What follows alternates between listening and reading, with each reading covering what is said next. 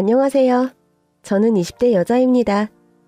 아직 어리지만 누구보다 드라마틱하게 살아온 제 인생 이야기를 들려드리고 싶어서 이렇게 사연을 보냅니다. 저는 10살 때 부모님이 모두 돌아가셨어요. 부모님은 트럭에 채소를 싣고 돌아다니며 장사를 하셨는데 그 채소 트럭이 빗길에 미끄러져 사고가 나면서 두 분 모두 한날 한시에 세상을 뜨셨습니다. 하늘이 무너져 내릴 정도로 깊은 슬픔에 빠진 저에게 구원의 손길을 내밀어준 사람은 바로 엄마의 하나뿐인 동생인 이모였어요.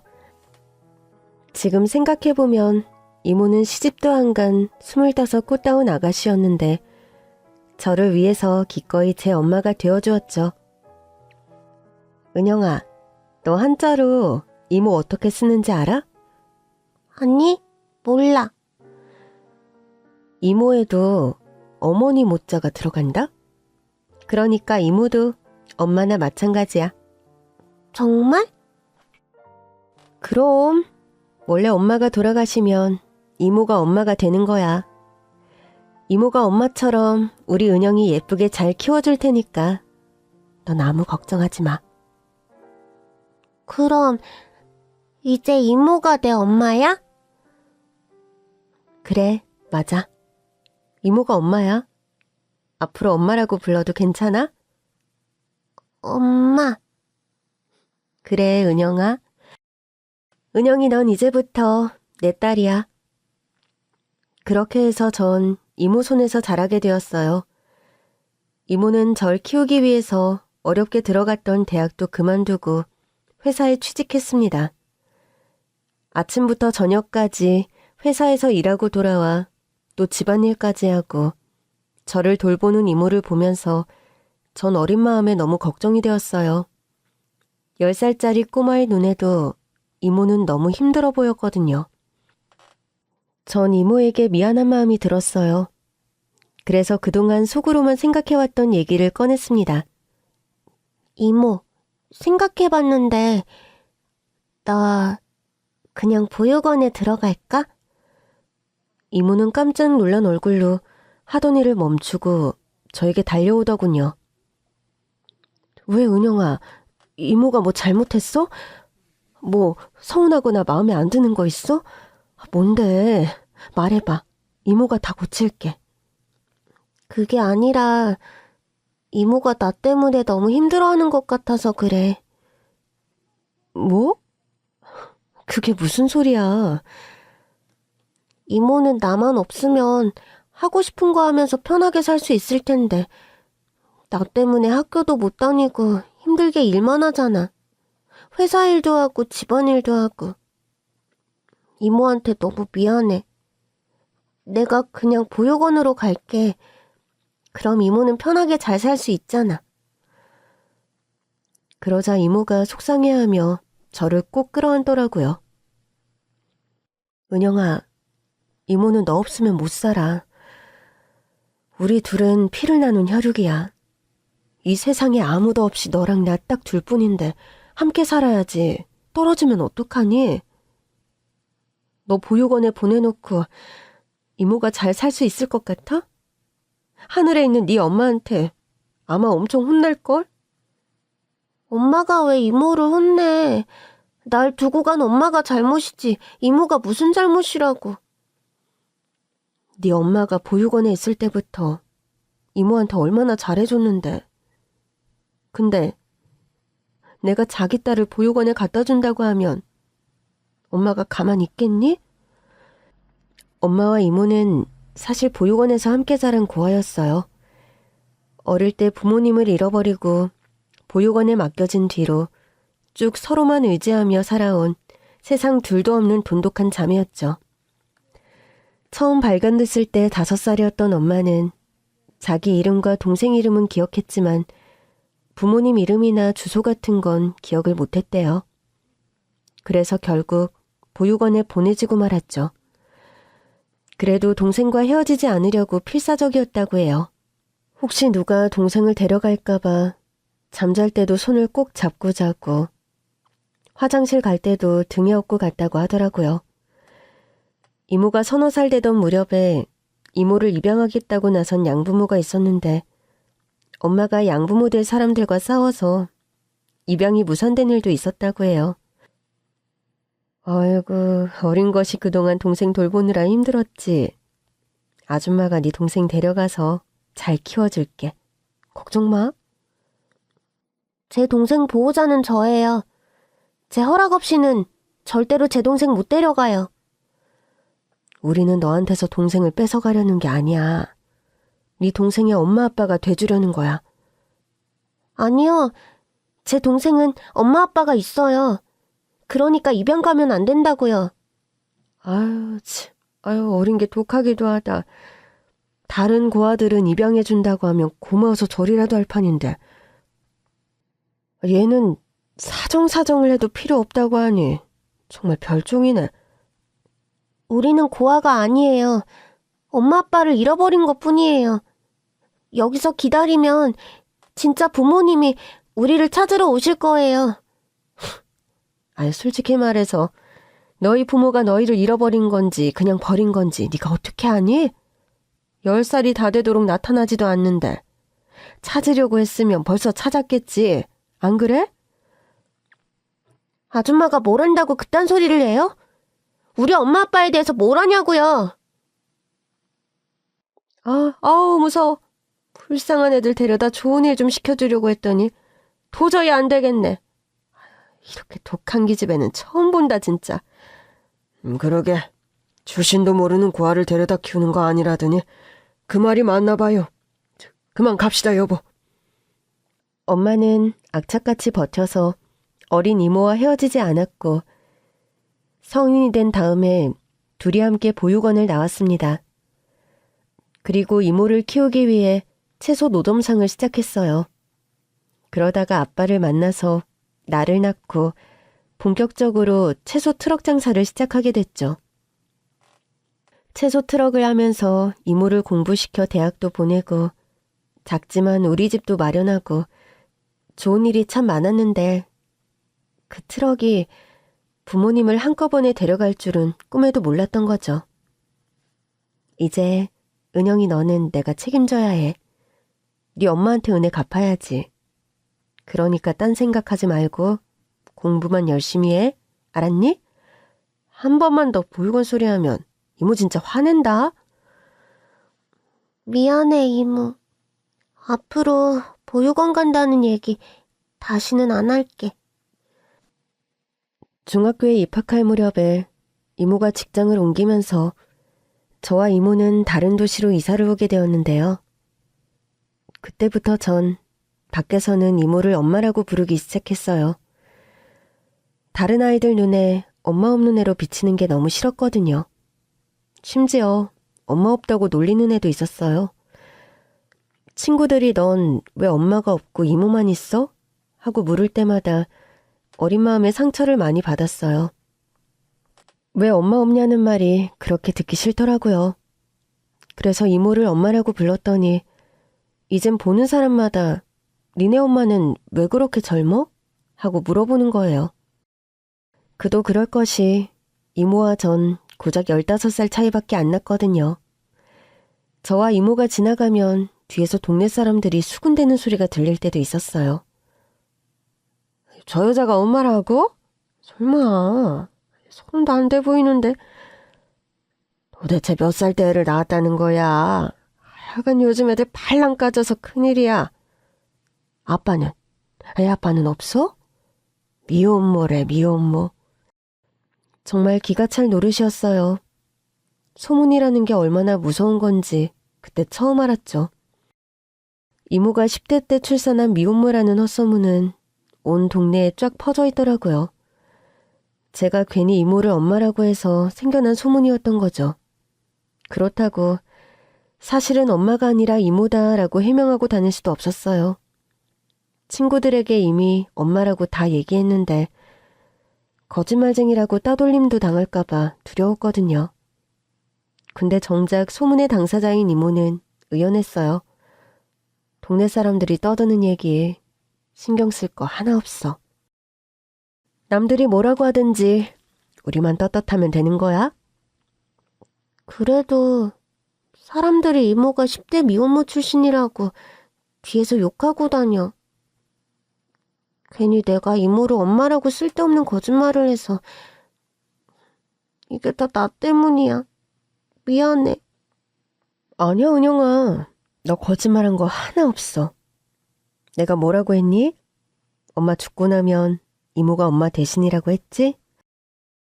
내가 너의 두 번째 엄마인 거야. 알았지?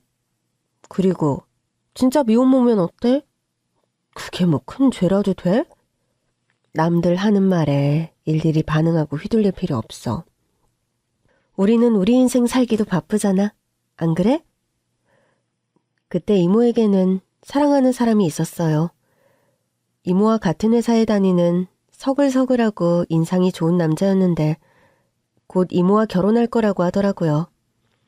전 이모가 결혼한다고 하니 정말 기쁘면서도 마냥 기뻐할 수만은 없는 애매한 처지가 되고 말았어요. 신혼부부 사이에 껴서 눈칫밥이나 먹으며 이모의 짐덩어리가 되기는 싫었거든요. 결국 보육원으로 가야 하나 고민만 하던 차에 일이 터지고 말았습니다. 어느 날 회사에서 돌아온 이모가 말 한마디 없이 어두운 방에 쓰러져 하염없이 울기만 하는 겁니다. 늘 씩씩하던 이모가 이렇게 서럽게 우는 건 엄마가 돌아가셨을 때 빼고는 처음 보는 일이라 걱정이 앞섰죠. 이모, 왜 울어? 무슨 일 있어? 은영아, 이모는 이제 다른 생각 안 하고 은영이 엄마 역할만 하면서 은영이 엄마로 살 거야. 그동안 너 두고 딴 생각해서 정말 미안해. 그게 무슨 소리야? 무슨 일인데? 나 민수 씨랑 헤어지기로 했어. 왜? 곧 결혼한다고 하더니 갑자기 왜 헤어져? 설마 나 때문에 그런 거야? 내가 이모한테 혹처럼 들러붙어 있어서 결혼 못하겠대? 그런 거 아니야. 나 이모 앞길 방해할 생각 1도 없어. 이모가 나 때문에 결혼도 못하고 희생만 하는 거 나도 싫어. 난 이모가 행복했으면 좋겠어. 나도 이제 어린애 아니니까 내 앞길은 내가 정할 수 있어. 그냥 깔끔하게 내가 보육원으로 갈게. 이모도 나 돌보는 거 그만두고 이모 인생 찾아가. 제 말을 들은 이모가 깜짝 놀라 눈물이 범벅된 얼굴로 절 붙들고 정색을 하더군요. 잘 들어, 은영아. 내 행복은 너뿐이야. 민수 씨는 헤어지면 그만인 남남이지만 우린 혈육이잖아. 남자랑 결혼하려고 널 보육원에 보내는 일은 절대 없어. 그리고 민수 씨는 너랑 다 같이 사는 거 좋다고 했었어. 그럼 민수 아저씨랑 대체 왜 헤어진 거야? 뭐가 문젠데? 은영아, 이건 너랑은 상관없는 어른들 문제야. 나중에 네가 좀 더 크면 그때 다 얘기해 줄게. 이모 거짓말 안 하는 거 알지? 이모는 헤어진 이유가 나 때문은 아니라고 하면서도 진짜 이유는 절대 말해주지 않았어요. 때가 되면 저절로 알게 될 거라는 애매모호한 말만 계속했죠. 1년간 지속됐던 이모의 처음이자 마지막 연애는 이렇게 허무하게 끝이 났습니다. 그리고 그날 이후로 이모가 연애를 하거나 남자 얘기를 하는 건 단 한 번도 보지 못했어요. 오직 저만 바라보고 저에게만 온갖 정성을 쏟았죠. 이모는 늘 입버릇처럼 말했어요. 우리 엄마가 이해된다고요. 은영아, 나 울 언니가 왜 그렇게 공부해라, 대학 가라, 노래를 불렀는지 이제 조금은 알 것 같아. 왜? 뭔데? 날 자기처럼 살게 하고 싶지 않았던 거지. 자기는 채소 장사하면서 고생해도 나는 자기보다 좀 더 잘 살려고. 은영아, 이모도 그 마음이랑 똑같아. 널 나처럼 살게 하고 싶진 않아. 이모야 어쩔 수 없이 학교를 관뒀지만 너만은 제대로 대학 나와서 전문적인 직업을 가졌으면 좋겠어. 너도 알잖니. 우리처럼 가진 거 하나 없는 흑수저들이 그나마 성공하려면 공부 열심히 해서 좋은 대학교 나오는 방법밖에 없다는 거. 그러니까 열심히 공부해서 꼭 대학에 가야 된다. 이모 소원은 우리 은영이가 대한민국 최고 대학에 들어가는 것뿐이야. 저는 그때부터 눈에 불을 켜고 오직 공부에만 전념했어요. 절 위해서 청춘을 바친 이모의 소원을 이뤄주고 싶었거든요. 빠듯한 살림살이에도 이모는 회사가 끝나면 편의점이나 청소, 설거지 같은 아르바이트를 닥치는 대로 하면서 제 학원비와 책값을 벌었어요. 절 공부시키려고 쉴 틈도 없이 투잡 쓰리잡을 뛰는 이모를 보며 저는 더 열심히 공부할 수밖에 없었죠. 고생하는 이모에게 죄송해서라도 딴 생각은 할 수 없더라고요. 그렇게 중학교 3학년, 고등학교 3학년, 6년의 세월 동안 정말 미친 듯이 공부만 한 저는 드디어 이모가 그토록 바라던 우리나라 최고 대학에 합격하게 되었습니다. 이모, 나 합격이야, 합격. 뭐? 정말? 우리 은영이가 서울대에 합격했단 말이니? 진짜라니까. 장하다, 내 딸. 정말 장해. 태어나서 이렇게 기쁜 순간이 또 있었을까요? 이모와 저는 서로를 껴안고 팔짝팔짝 뛰었어요. 저의 유일한 가족이자 하나뿐인 혈육이자 친구이자 엄마인 우리 이모와 함께 인생 최고의 기쁨을 만끽했습니다. 제 눈앞에 이모와 함께하는 행복한 미래가 펼쳐졌어요. 꼭 성공해서 고생 많은 우리 이모 호강시켜주자 다짐했죠. 이모, 그동안 고생 많았어요.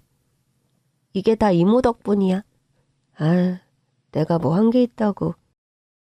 공부하느라 우리 딸이 고생 많았지. 그동안 정말 힘들었지.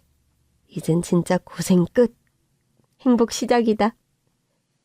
이모, 아니 엄마, 정말 감사합니다.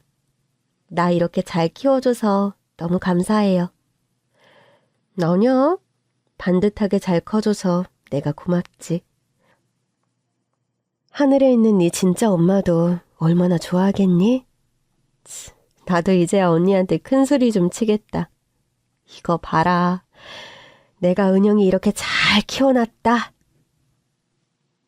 이모는 저를 꼭 껴안고 제 등을 따뜻한 손길로 쓸어내려줬어요. 그때였어요.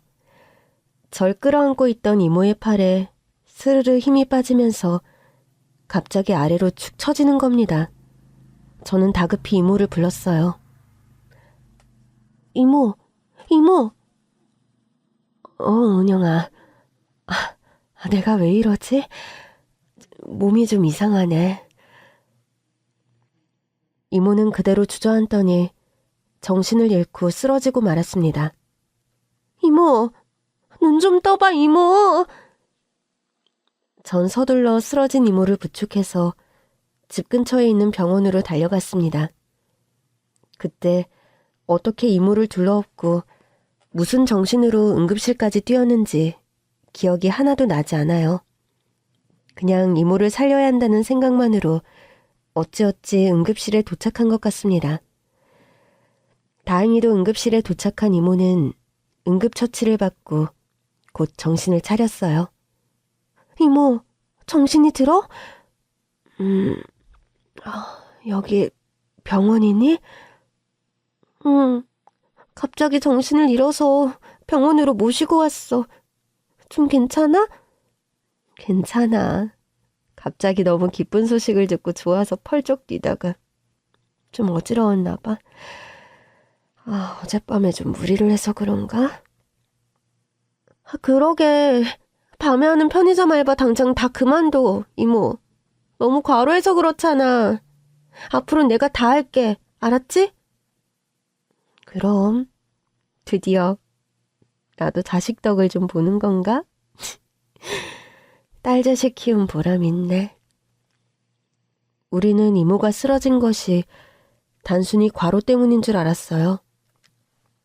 가볍게 생각하고 집에 가려고 짐을 챙기고 있었는데 간호사가 와서 퇴원이 안 된다고 하는 겁니다. 이모의 상태는 우리가 생각했던 것보다 훨씬 나빴던 모양이었어요. 이모는 곧장 입원해서 각종 검사를 받아야 했죠. 그리고 며칠 뒤 검사 결과를 듣고 이모와 저는 큰 충격에 빠질 수밖에 없었습니다. 은영아, 어떡하지? 나 대장암 3기래. 뭐? 대장암? 말도 안 돼. 왜? 이모가 왜 그런 병에 걸려? 아직 젊은데. 미안해. 내가 아파서 너 힘들게 하면 안 되는데. 너 인생에 발목 잡을까봐 너무 걱정이다. 그런 얘기를 왜 해? 지금 이모 걱정이 먼저지 내 걱정을 왜 해? 이모 걱정하지 마. 지금부터는 내가 이모 돌볼 테니까 내가 효도할게. 지금까지 나 키워준 거 내가 다 갚을 거야. 내가 지금 이렇게 누워있을 때가 아닌데.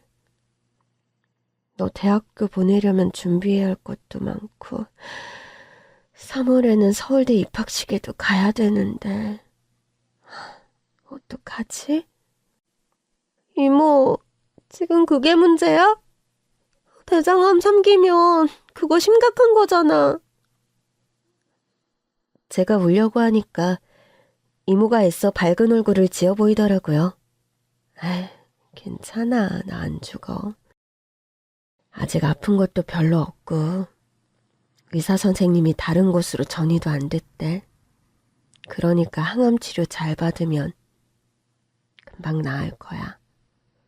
이모, 지금부터 무조건 병원에서 시키는 대로 하고 좋은 것만 먹고 푹 쉬어야 해. 내가 이모 옆에서 딱 붙어서 간병할 거야. 알았지? 안 돼.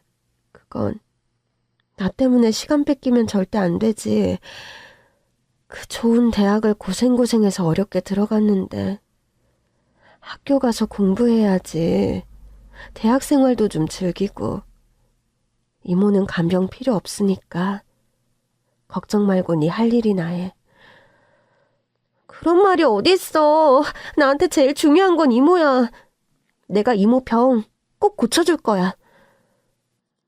전 너무 마음이 아팠어요. 저 때문에 시집도 못 가고 갖은 고생을 하며 엄마 노릇이나 하다가 몹쓸 병까지 얻은 우리 이모 인생이 너무 가여웠거든요. 저도 이젠 다 커서 대학까지 들어갔으니 지금부터는 이모도 좀 편하게 이모 인생 즐기면서 살면 좋겠다 싶었는데 35, 젊은 나이에 대장암이라니 왜 이런 비극이 자꾸 우리에게만 일어날까요? 전 완전히 절망의 구렁텅이에 빠진 기분이었어요. 하지만 슬퍼만 하고 있을 수도 없었습니다.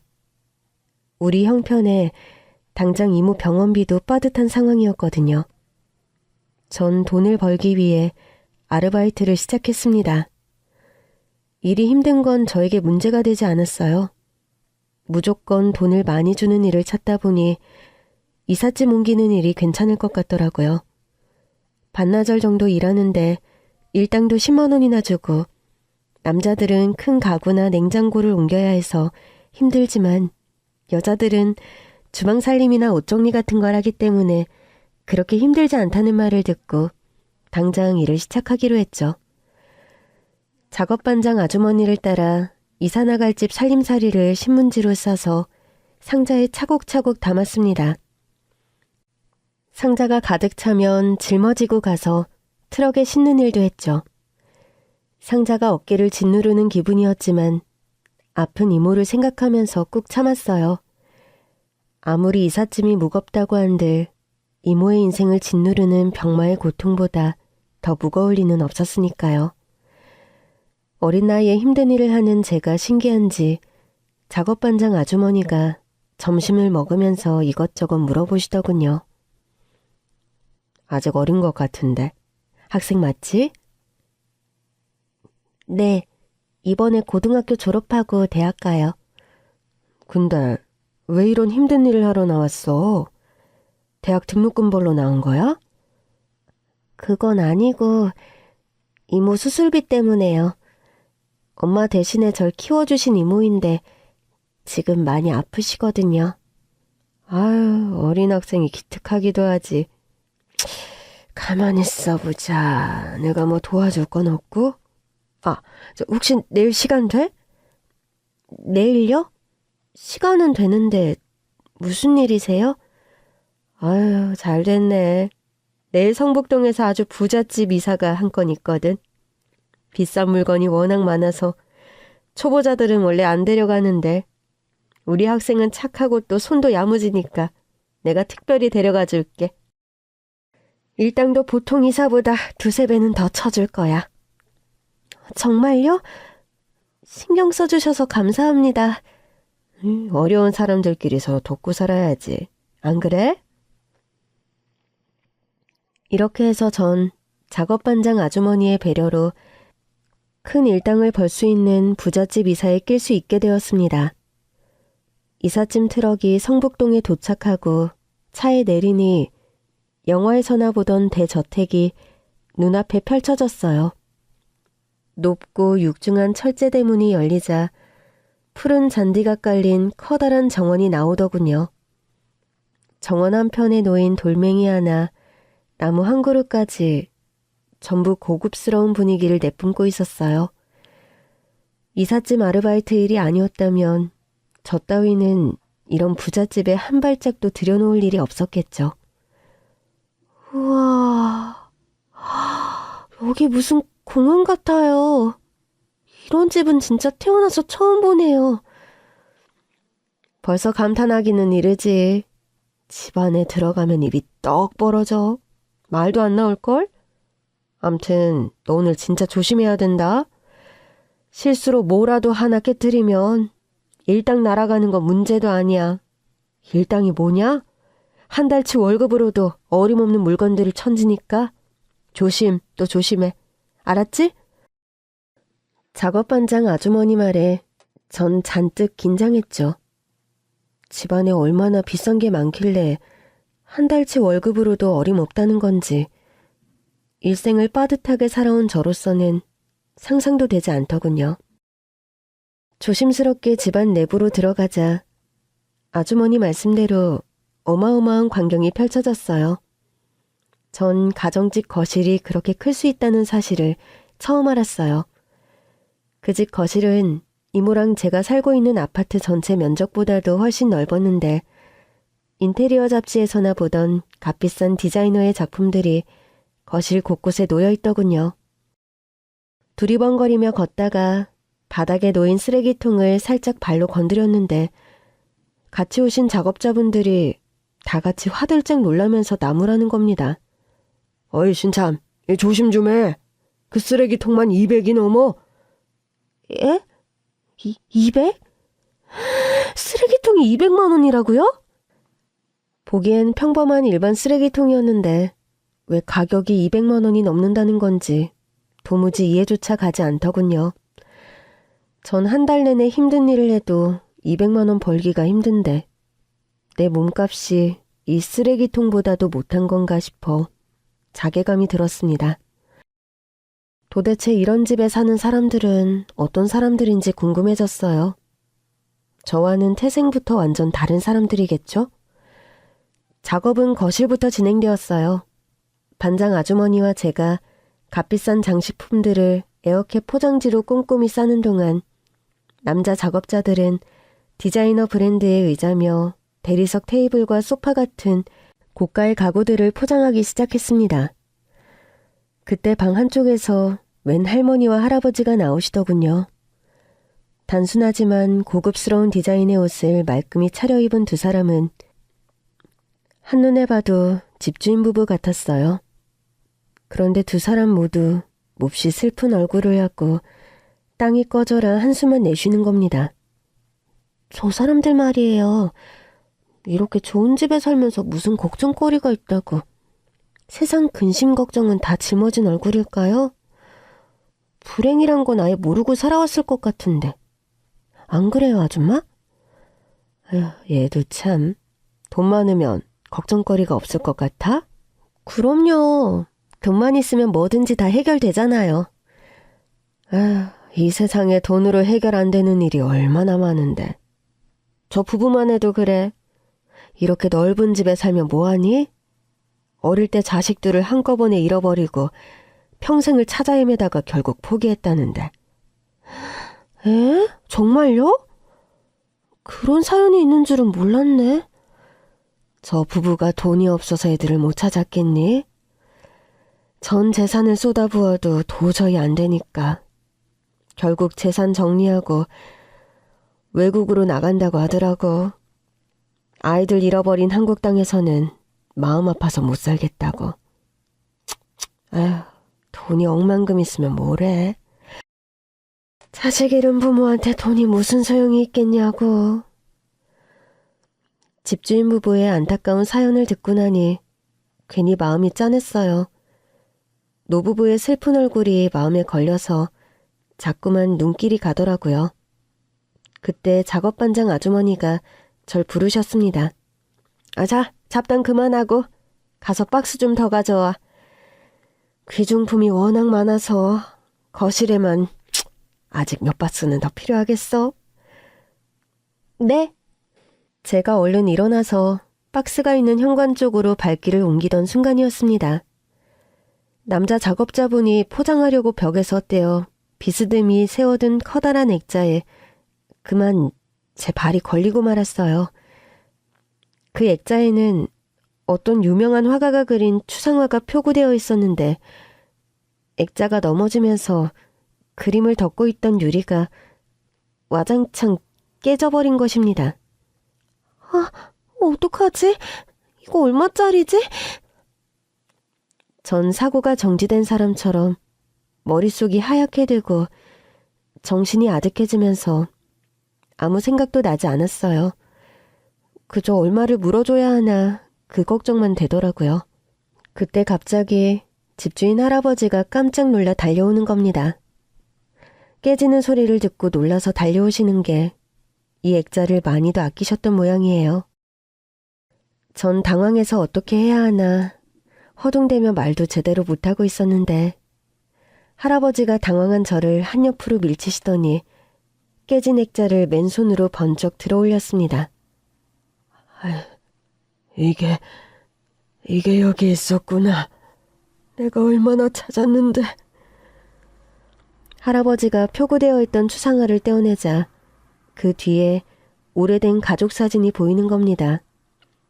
할아버지는 그 사진을 손으로 쓰다듬으면서 눈물까지 흘리셨습니다. 온 집안을 다 뒤지고 그렇게 찾아도 없더니 여기 숨겨놨구먼. 결국 찾아내셨네요. 당신이 그 사진 끌어안고 오는 거 마음 아파 못 보겠어서 거기 숨겨놨는데 기어이 찾아냈네 그려. 그 사진은 젊은 시절의 노부부와 잃어버렸다는 두 아이가 함께 찍은 가족 사진이었어요. 사진 속의 부부는 지금과 달리 젊고 생기 넘치는 모습이었습니다.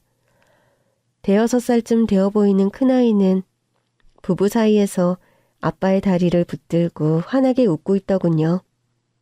엄마는 둘째 아기를 품에 안고 행복한 미소를 짓고 있었어요. 이제는 지나가 버린 인생의 아름다운 한순간을 보는 듯 했습니다. 말도 안 돼. 이 사진 대체 뭐지? 전 그 특별할 것 없는 가족 사진을 보고는 그대로 얼어붙고 말았어요. 이 사진이 왜 여기에 있는 건지 도무지 이해가 안 돼서 혼란스러웠습니다. 제가 아무 말도 안 하고 멍하게 서 있으니까 작업반장 아줌마가 얼른 달려와 노부부 앞에 고개를 숙였습니다. 아유, 사장님, 사모님, 정말 죄송합니다. 아직 어린애라 일이 서툴러서. 뭐해, 학생. 얼른 사과부터 드려. 그러나 저는 사과고 뭐고 액자 깨트린 일을 생각할 겨를이 없었습니다. 문제는 액자가 아니라 그 가족 사진이었죠.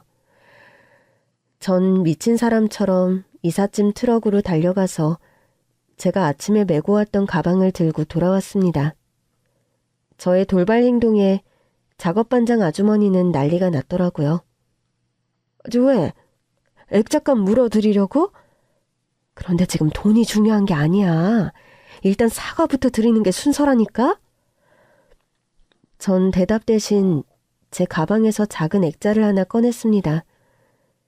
그리고 그걸 집주인 부부에게 보여드렸죠. 제가 꺼낸 액자를 보자마자 노부부는 기절초풍하며 저를 다그치더군요. 대체 이 사진, 이거 어디서 난 겁니까? 학생, 얼른 말해봐요. 왜 학생이 이 사진을 가지고 있는지. 제가 노부부에게 보여준 액자에는 아까 깨진 액자 뒤에서 나온 가족 사진과 똑같은 사진이 들어있었던 겁니다. 비록 제가 가진 사진은 물에 젖었다가 마른 것처럼 군데군데 얼룩이 번져 있고 심하게 구겨져 있었지만 한눈에 봐도 그것은 노부부의 가족 사진과 정확히 똑같은 사진이었습니다. 학생, 이 사진은 35년 전에 찍은 우리 가족 사진이에요. 여기 두 아이는 내 딸들이고 둘째가 태어난 기념으로 이 집에서 찍은 거예요. 어떻게 우리 가족 사진을 학생이 가지고 있는 거죠? 어서 말해봐요. 학생이 대체 누군지, 또 이 사진을 어떻게 갖고 있는 건지. 전 오늘 아침에 이모의 병실에서 있었던 일을 노부부에게 말씀드렸죠. 저도 이 사진은 오늘 처음 봤어요. 저한테 이모가 한 분 계시는데 지금 아파서 병원에 입원 중이시거든요. 이모가 아침에 이걸 가져다 달라고 하셔서 챙겨둔 거예요. 아침 상황 회상. 은영아, 너 내 심부름 하나 해줄 수 있어? 응, 뭔데? 이따 올 때 내 방 책상 3번째 서랍에 든 사진 액자 좀 갖다 줄래? 무슨 사진인데 그래? 언니랑 내가 발견됐을 때 가지고 있던 사진이야. 언니랑 나랑 엄마 아빠가 같이 찍은 가족 사진. 보육원에서 힘들 때마다 언니랑 그 사진 보면서 다시 힘을 냈었거든. 그런 사진이 있었어? 난 못 봤는데? 언니가 그랬어. 이렇게 가족 사진을 우리한테 준 걸 보면 절대로 우릴 버린 건 아니라고. 그 사진을 갖고 기다리고 있으면 엄마 아빠가 꼭 찾으러 올 거랬는데 몸이 안 좋아서 그런가? 오늘따라 그 사진이 너무 보고 싶다. 이따 올 때 꼭 좀 가져다 줘. 알았어, 이모. 이따가 챙겨올게. 제 이야기를 듣고 노부부는 큰 충격을 받은 듯 온몸을 덜덜 떨며 말을 더듬었습니다. 여보, 우리 딸 찾은 것 같아요. 이 사진 갖고 있는 거 보면 틀림없는 우리 딸 맞죠? 아니, 이게 다 무슨 소리야. 그러니까 우리 애들 다 살아있었다는 얘기잖아. 살아서 이렇게 아이까지 낳았다는 거잖아요. 할머니는 저를 붙들고 끝내 오열하고 말았습니다. 네 엄마가 누구니? 이숙이냐? 미영이냐? 아이고, 우리 애들 살아있구나. 살아있으면 언젠가는 만난다고 하더니 그 말이 진짜구나. 잃어버린 딸들뿐 아니라 이렇게 손녀딸까지 찾았으니 이건 기적이다. 전 태어나서 처음 보는 외할아버지 외할머니께 정식으로 인사를 드렸어요. 왠지 그래야 할 것 같았어요. 처음 뵙겠습니다. 박은영이라고 해요. 저는 두 분의 큰딸인 김미숙의 외동딸입니다. 우리 외할아버지 외할머니라는 얘기를 들어서 그런가 오늘 처음 보는 분들인데도 왠지 낯설지가 않고 오래전부터 알던 사람들처럼 친근하게 느껴졌어요. 두 분에게서 언뜻 엄마랑 이모의 모습도 보이는 것 같았고요. 특히 할머니는 제 기억 속의 엄마 모습과 목소리며 생김새가 거의 흡사했어요. 그래, 네 엄마랑 이모는 지금 어디에 있니? 30년을 넘게 찾아다녔어. 지금 당장 만나야겠다. 잠시만요. 엄마랑 이모를 만나기 전에 두 분이 아셔야 할 이야기가 있어요. 마음의 준비 단단히 하고 들으셔야 해요. 전 엄마가 교통사고를 당해 세상을 떠난 이야기와 이모가 대장암 3기 판정을 받고 입원 중이라는 이야기를 조심스럽게 말씀드렸어요. 그러나 아무리 마음의 준비를 시켜도 30여 년 만에 겨우 찾은 두 딸이 하나는 죽고 하나는 병들었다는 이야기를 담담히 받아들일 수 있는 사람은 없겠죠. 할머니와 할아버지는 결국 맥이 풀려 바닥에 주저앉아 버리시더군요. 어떻게 이런 일을 겨우 만나는가 싶었는데 그 나이는 영영 못 만나게 됐단 말이야? 하늘도 무심하시지. 잃어버린 세월 동안 어디선가 잘 지내고 있기만을 빌고 또 빌었는데 가여운 것을 벌써 데려가 버리시다니. 아이고 미수가 죽은 넋이라도 엄마를 찾아오지 그랬니? 응? 아유 불쌍한 내 새끼. 지금 이러고 있을 때가 아니야. 미영이가 아프다며. 미영이마저 놓치기 전에 저 얼른 갑시다. 예아가 앞장서라. 어서 네 이모 입원해 있다는 병원으로 가자. 그렇게 해서 전 할아버지 할머니를 모시고 이모가 입원해 있는 병원으로 갔습니다. 갑작스러운 이산가족 상봉에 병실은 말 그대로 울음바다가 되고 말았어요. 돌도 안 지난 어린 것을 잃어버렸는데 혼자서 훌쩍 커버렸구나. 언제 이렇게 컸니 우리 아가. 엄마가 미안하다. 어린 널 지켜주지도 못하고 고생하면서 크게 해서 정말 미안해. 이게 다 엄마 잘못이다. 정말 엄마예요? 우리 엄마 맞아요? 언니랑 내가 얼마나 기다렸는데 왜 이제 오셨어요? 언니는 벌써 가고 없다고요? 그래, 우리가 너무 늦게 왔구나. 정말 미안해. 좀 더 빨리 찾았으면 미숙이도 만날 수 있었을 텐데 우리가 너무 늦었어. 미영이라도 만났으니 얼마나 큰 축복인지. 하느님 감사합니다. 얼마나 고생이 많았으면 이렇게 몹쓸 병까지였고. 가여워서 어떡하나. 그렇지만 이제 아무 걱정 마라. 아버지가 네 병 싹 낫게 해줄 테니까. 당장 내가 잘 아는 곳으로 병원부터 옮기자. 최고의 의료진한테 최고 수준의 치료를 받자. 돈이 얼마가 들든지 아빠가 꼭 고쳐주마. 이제 겨우 만났는데 또 잃어버릴 순 없지. 이모는 그날로 대장암 최고 권위자가 있는 병원의 VIP 병실로 옮겨졌습니다. 이모와 저는 하루아침에 왕자의 신분을 얻은 동화 속 거지처럼 그저 모든 게 어리둥절하고 신기하기만 했습니다. 갑자기 VIP 병실이라니. 자고 일어나 보니까 공주가 되어 있는 기분이야. 나한테도 이렇게 부자 부모님이 있었다는 사실이 믿어지니? 나도 마찬가지야, 이모. 난 오늘 병원까지 기사님이 데려다 주셨다고. 예전에 아빠 트럭이나 타봤지. 자가용도 처음 타보는데 기사님이 웬 말이야? 우리 둘은 마주보고 웃다가 결국 울음을 터뜨리고 말았습니다. 네 엄마가 살아있었으면 얼마나 좋았을까? 언니가 부모님을 많이 기다렸는데 우리는 버려진 게 아니라고.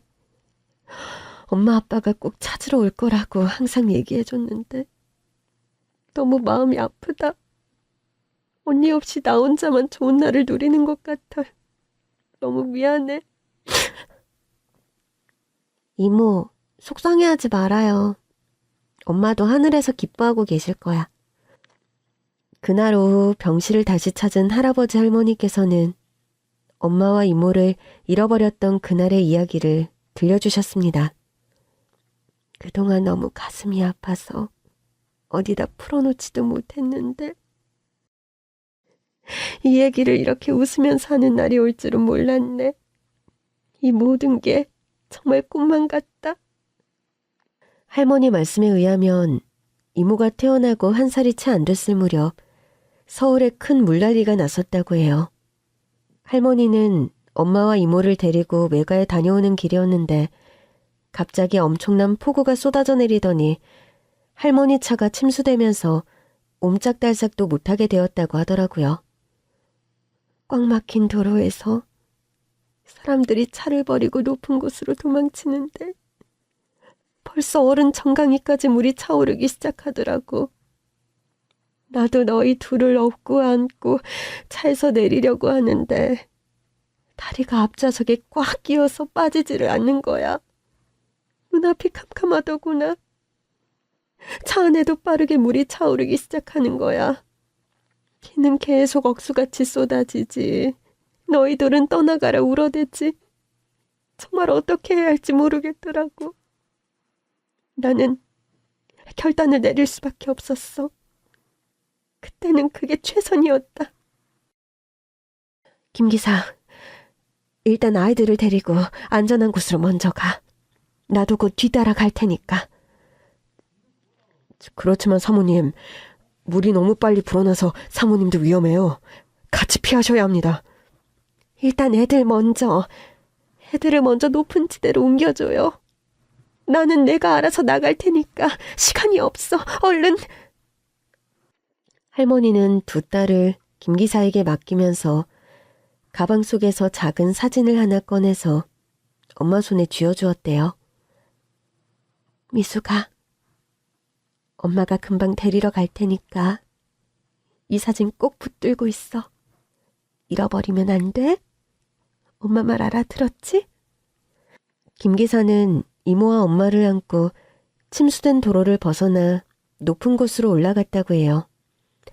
두 아이를 안전한 곳에 데려다 놓고 다시 돌아온 김 기사는 물이 가득 찬 차 안에서 다리가 낀 채 허우적거리는 할머니를 구해서 이모와 엄마가 있는 곳으로 함께 돌아왔어요. 김 기사, 미숙이랑 미영이는 우리 아이들 어디 있어? 여기 계신 아주머니께 잠시 맡겨뒀는데 어디 가셨지? 저 여기 빨간 옷 입고 있던 여자분 못 보셨어요? 여자아이 둘 데리고 있던. 주변 사람들을 죄다 붙잡고 물어봤지만 김 기사가 엄마와 이모를 맡겼다는 빨간 옷의 여자를 봤다는 사람은 어디에도 없었다고 해요. 그때는 CCTV도 없었고 또 물난리가 나서 많은 사람들이 죽거나 실종된 혼란스러운 때였어서 잃어버린 아이들을 찾는 것이 쉽지 않았다고 하더라고요. 그렇다고 내 목숨 구해준 김 기사를 탓할 수도 없고 정말 미칠 노릇이었어. 얼마 안 있다가 김 기사는 죄송하다는 편지 한 장만 남기고 참적해버렸단다. 너희를 데려갔다는 빨간 옷 입은 여자 얼굴은 김 기사만 알고 있었는데 김 기사가 없어지고 나니까 마지막 연결고리마저 완전히 사라져버리고 만 거야. 그렇게 30년을 넘게 전국의 고아원이랑 고아원은 다 찾아다녔는데 아무래도 옛날이라 기록도 허술하고 아이들 관리하는 시스템도 제대로 없어서 찾기 힘들었던 것 같아. 그렇게 너희들과 헤어지게 된 거란다. 정말 미안해. 아니에요. 저희를 물난리에서 구하려다가 그렇게 된 거잖아요. 엄마 잘못이 아니에요. 그리고 이제라도 진실을 알게 돼서 속이 후련해요.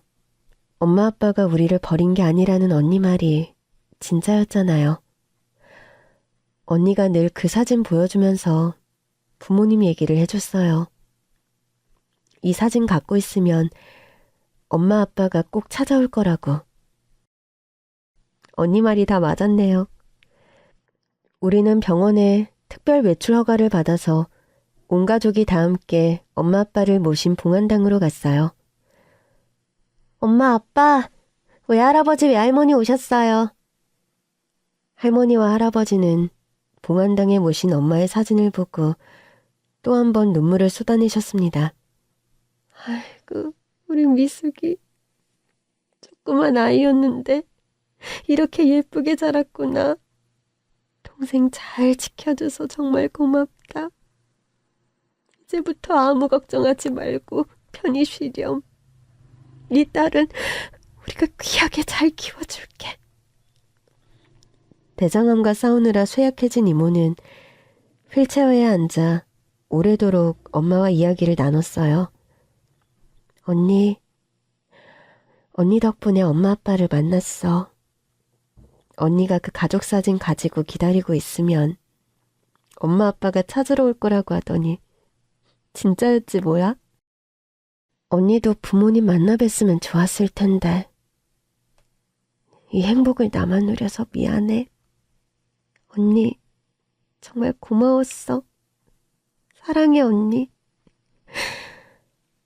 이모는 그날 이후로 조금씩 기운을 차리기 시작했어요.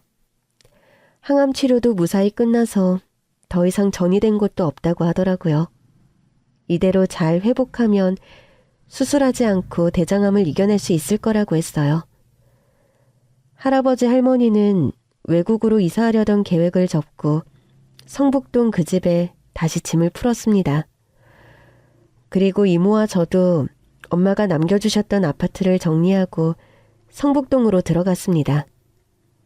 예전에 이 집에서 이삿짐을 싸면서 이런 집에 사는 사람은 나와는 태생부터 다른 사람들일 거라고 생각했는데 제가 이 집의 손녀딸이었다니 이렇게 드라마틱하고 아이러니한 인생이 또 있을까요?